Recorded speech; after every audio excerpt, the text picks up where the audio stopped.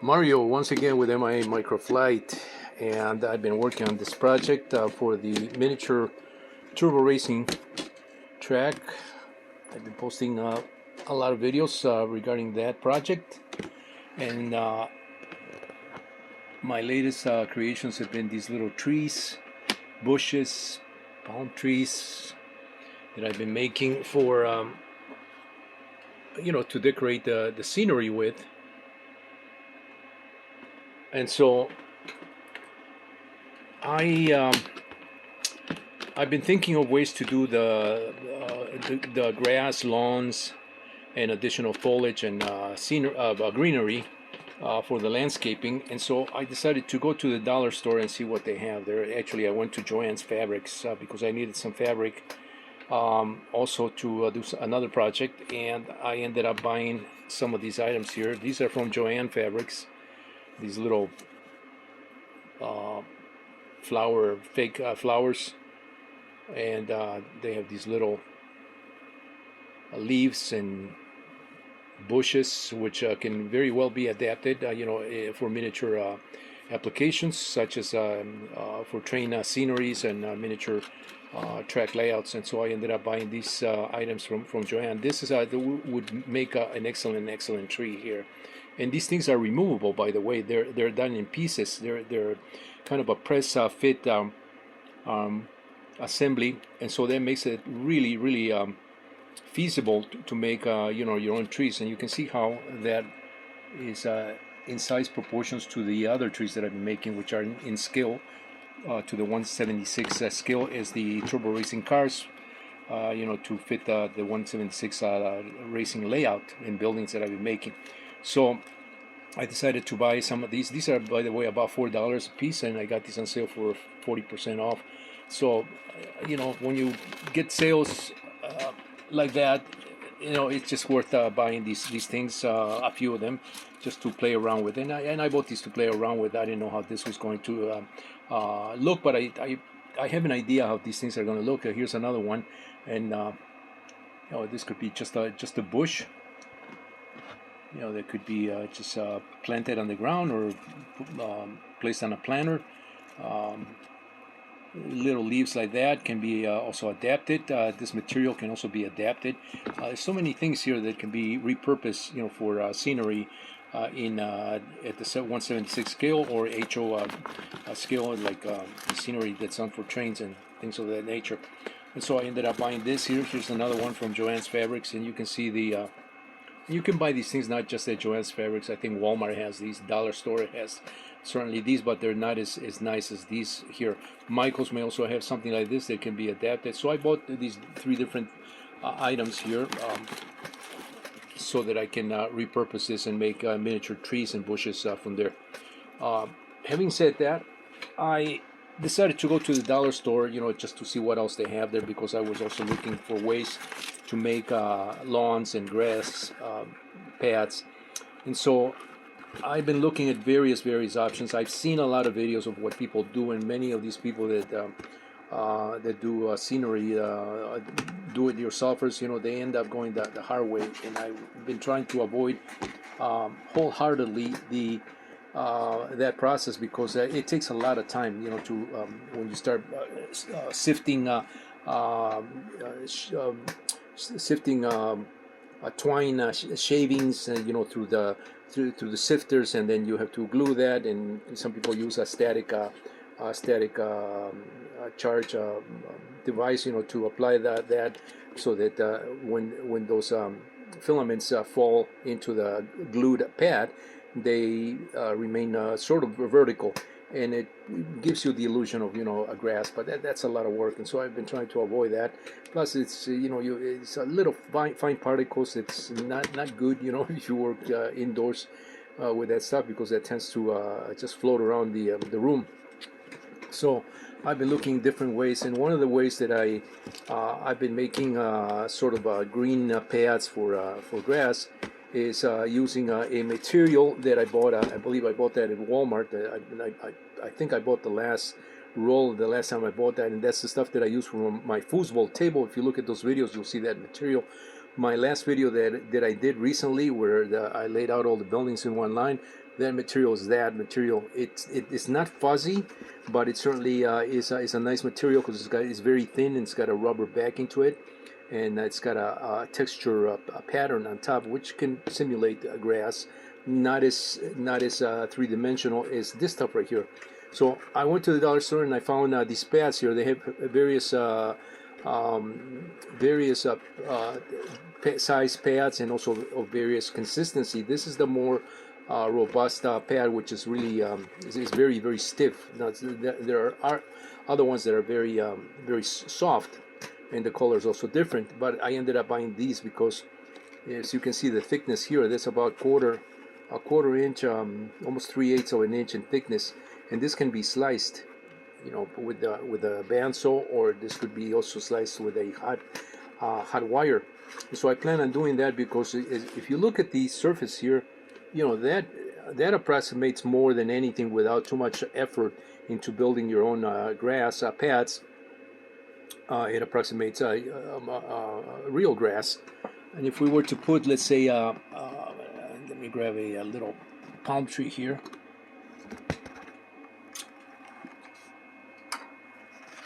And if we were to put, I should just take one of these out. See if I can take it out. I'm trying to manipulate this with one hand. I do have a cell phone holder. I should use that one, but for the sake of this video, we'll just do it right there. You know, so that can, yeah, that would work. These are just bases that I've been printing in white because my machines, so my other machine that's printing in green is tied up making leaves for these palm trees and greenery. But this can be blended, you know, with just color paints to blend in, make it like a dirt pad, or even blend it with some of this material around it to create the illusion that it's all grass. And so this is, I think, the way I'm going to go with this material here, because having looked at fabric that will also simulate grass, there is a fabric. There are various fabrics that you can use, you know, to simulate grass. Some of those fabrics are the fake. What is that material called? I'm forgetting. The type of material, but it's a very, very velour. I think it's called velour, and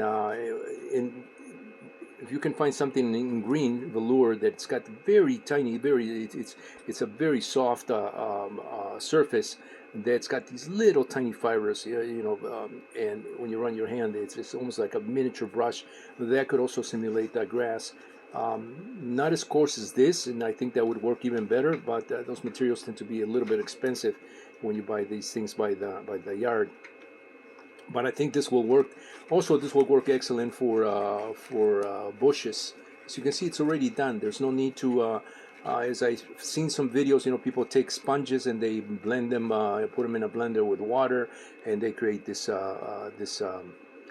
almost like a paper mache, foam mache, you know, with foam, and then they glue these things. This is already done for you. You know, you have to do is just say, you know, cut it and shape it, and you have, you know, your shrubbery there. You know, you can do fencing with this material, and it'll simulate quite nicely, I think, the some bushes. But I bought this mainly to create the grass pads, you know, for the scenery. Another thing that I stumble upon, and, you know, when I go to the dollar store, I start looking at like most people that do creative arts and crafts. You know, they look for things that they can repurpose, and likewise, you know, I look for things that I can repurpose. I found this right here, which is it's not a scouring pad.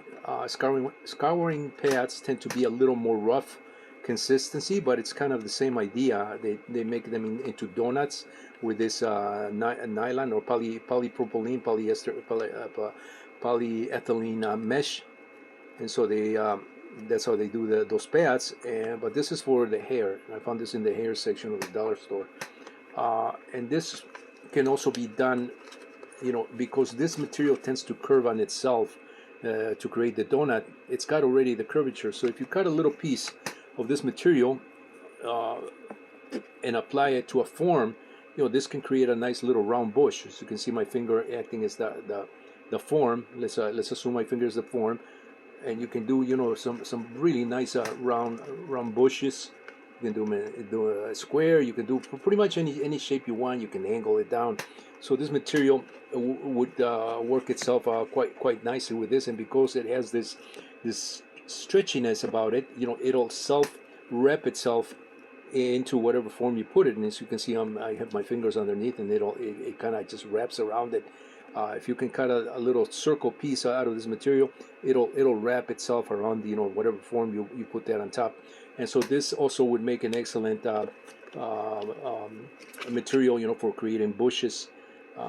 And all this needs to be done is just paint it green, and maybe embellish it with some additional maybe color, to add a touch of maybe flowers. That some bushes have flowers that come out of the bushes, or just keep it just strictly green. If you want to go a little more if you want to go the extra mile and create the bushes with a little more effort, as opposed to just cutting this material and having your I guess they call them hedges, the greenery that's done to create like a separation, like a board, like a fence between homes. And they use this in pretty much anywhere for landscaping. So these are some of the things that I found, and I wanted to do this video to capture all the stuff here, and just to record, mainly to have a record of these things, because I'm pretty sure that if I don't do these videos and later on I start doing these things, people are going to ask. And I typically get asked, unfortunately people don't ask me in the comments, but I do get sometimes emails that people ask me, hey, remember that video that you did? How did you do that? Or where can I get that stuff? I wish people would ask in the comments, so that everybody else has that information when I answer these things. And so that's the purpose of this video, just to create a record, because like I was saying, if I just jump into it and start disassembling this and make my own little bushes, nobody's going to know where this is coming from. And really it's a very inexpensive way and creative way to approach these things if you want a little more realism than just 3D printed things like this. Of course, this green material is really bright, and that's a material that I do have some darker greens that I could blend it, but my idea was to paint this also. I covered this stick in just painter's blue tape, just to give the illusion that it's the trunk that belongs typically to palm trees. So you can create your trees also from this. I've been thinking of creating my own trunks, tree trunks, or tree stems and bases, just with really thin wire, and just doing it like many people do the bonsai trees, with the wires. And it's a lot of work, but it would give a little more three-dimensionality and realism into the particular tree that you're building with that.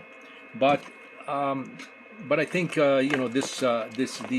these branches would work also really nice, because the branches are already there, and all you have to do is what I plan on doing is embellishing this with some additional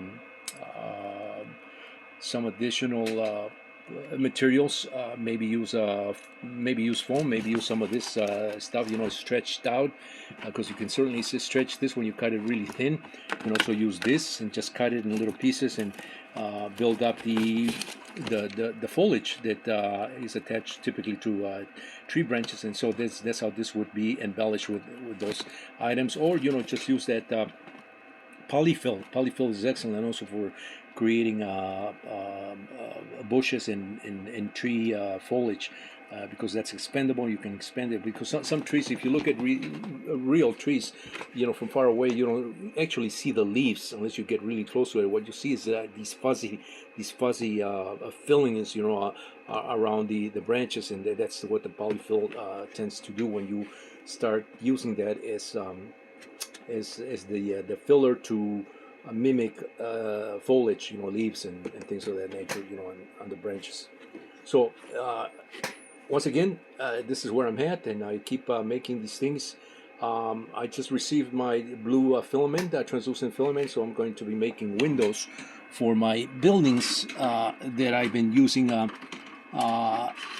just a plastic blue tinted sheet of plastic to create the windows, but the problem with that is that I have to take the sheet and I have to glue on the corners here, and it's a lot of work. It's very difficult to get those little corners. There's you know, without getting the glue spilled all over the sheet, the plastic sheet. So it's very tricky to do that, and it's a lot of work, time consuming, versus just 3D printing the windows and popping them right inside these little frames, which is my original intention.